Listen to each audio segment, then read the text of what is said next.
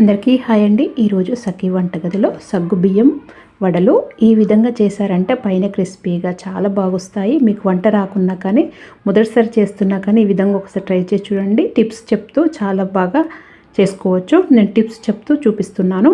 ఈ tips follow అవుతూ చేయండి, పర్ఫెక్ట్గా వస్తాయి.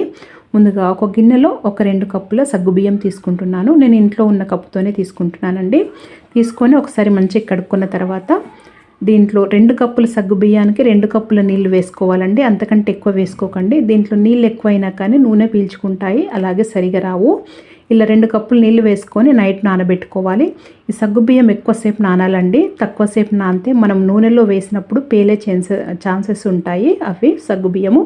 ఇప్పుడు నేను చేసే ముందు చూపిస్తున్నాను. ఒక 1/2 కేజీ ఆలుగడ్డలు తీసుకొని పచ్చియేనండి, పైన పొట్టు తీసుకొని ఇలా కట్ చేసుకొని వీటిని స్టీమర్లో ఉడికించుకోవాలి. దీన్ని స్టీమర్లో ఎందుకు అంటే నీళ్ళల్లో వేసి ఉడికించొద్దండి. నీళ్ళలో వేసి ఉడికిస్తే నీళ్ళు ఎక్కువ లాగేస్తాయి. ఆలుగడ్డలు అలా ఉడికితే దానికి నీళ్ళు ఎక్కువ పట్టేసి మనకు వడలల్లో ఎక్కువ నీళ్ళు ఉండి నూనె బాగా పీలుస్తాయండి. అందుకనే ఇలా ఉడికించుకోవాలి. ఇలాగైతే మన ఆలు పరాటా కూడా ఈ విధంగా చేసుకున్నామంటే పర్ఫెక్ట్గా వస్తుంది.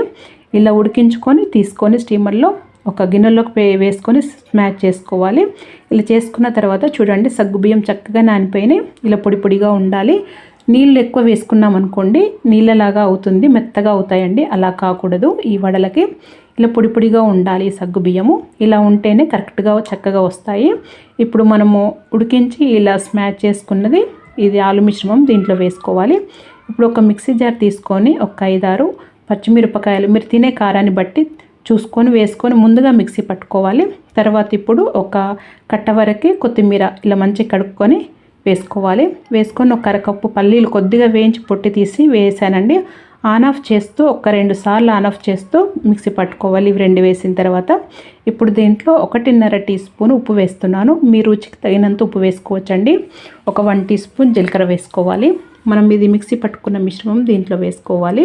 వేసుకొని అంతా మంచిగా కలుపుకోవాలి కలిసేటట్టుగా.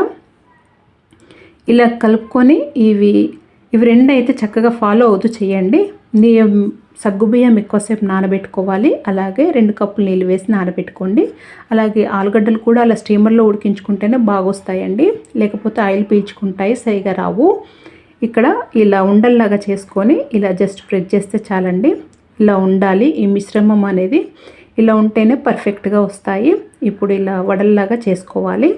అన్నీ ఇలా ఉండల్లాగా చేసుకొని అంతవరకు పొయ్యి పైన నూనె వేడి చేసుకున్నాను. మంచిగా వేడైన తర్వాతనే లో ఫ్లేమ్లో వేసేటప్పుడు మాత్రము లో ఫ్లేమ్లో పెట్టి వేసుకోవాలి. వడలు చెయ్యికి వేడి తగులుతుంది కదా, అందుకని లో ఫ్లేమ్లో పెట్టి వేసుకోండి. తర్వాత హై ఫ్లేమ్లో పెట్టి కాల్చుకోవాలి. లో ఫ్లేమ్లో అస్సలు కాల్చొద్దండి. లో ఫ్లేమ్లో పెట్టి కాల్చినా కానీ ఇది నూనె పీల్చేస్తాయి. హై ఫ్లేమ్లోనే కాల్చండి. అలాగైనా కానీ తొందరగా లోపట వరకు కూడా మంచిగా వేగుతాయి, పైన క్రిస్పీగా అవుతాయి. ఇలా స్ట్రైనర్తో పట్టి చూస్తే ఇలా తెలుస్తుందండి, పైన క్రిస్పీగా సౌండ్ వస్తుంది. అంతవరకు ఫ్రై చేసుకోవాలి. ఇవి కొద్దిగా వేగటానికి టైం తీసుకుంటాయండి, అయినా కానీ చక్కగా వేగుతాయి. ఆయిల్ పీల్చుకోకుండా ఈ చిన్న చిన్న టిప్స్ ఫాలో అవుతూ చేశారంటే ఆయిల్ పీల్చుకోకుండా చాలా బాగొస్తాయి. ఒకసారి ట్రై చేసి చూడండి. మరి మీరు కూడా ఒకసారి ట్రై చేసి మీకు ఎలా వచ్చిందో నాకు తెలియజేయండి. మీకు కనుక ఈ వీడియో నచ్చినట్టయితే లైక్ చేయండి, షేర్ చేయండి, సబ్స్క్రైబ్ చేసుకోండి. Thank you for watching.